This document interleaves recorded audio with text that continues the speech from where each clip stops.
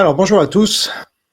Je vais vous parler aujourd'hui d'un sentiment qui est assez bizarre et que je ressens depuis 4 ans et demi que je fais ces enquêtes sur la Chine communiste, notamment, qui me donne raison quasiment chaque jour que Dieu fait et qui en même temps me plonge dans une certaine perplexité.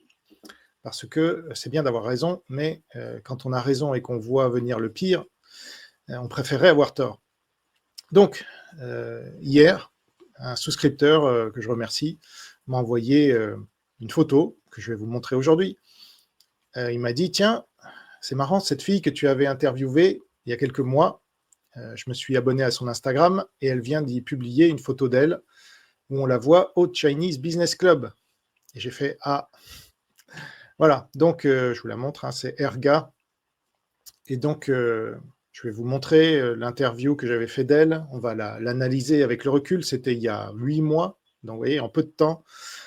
Elle n'a pas retourné sa veste puisqu'elle était déjà pro-Zemmour à l'époque. Et malheureusement, comme on l'a vu avec les conversanos de ce monde, le racialisme ne permet pas de comprendre ce qu'il se passe, à savoir que l'ennemi principal, majeur de l'Occident et du monde libre, et même du monde blanc, comme ils aiment à l'appeler eux, c'est la Chine communiste et ses alliés. Donc Erga, vous la voyez là, donc c'est une jeune, je dirais qu'elle a 25 ans par là.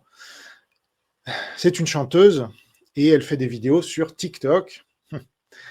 Voilà, on va reparler, où elle critique le féminisme, le wokisme et tous les ismes du gauchisme. Sauf que il y a les gauchistes identitaires et elle en est une. Pour l'instant, j'espère qu'elle évoluera. Elle est encore jeune, donc j'espère que cette vidéo, si elle la voit, la fera évoluer dans le bon sens, parce que là, elle va dans le mauvais sens. Et je vais vous montrer pourquoi. C'est un sens non seulement anti-occidental, mais donc anti-blanc, hein, puisque la Chine, et je l'ai publié là donc sur mon compte Twitter, la Chine est anti-blanche. Voilà, et c'est même la principale force du Sud, comme on dit,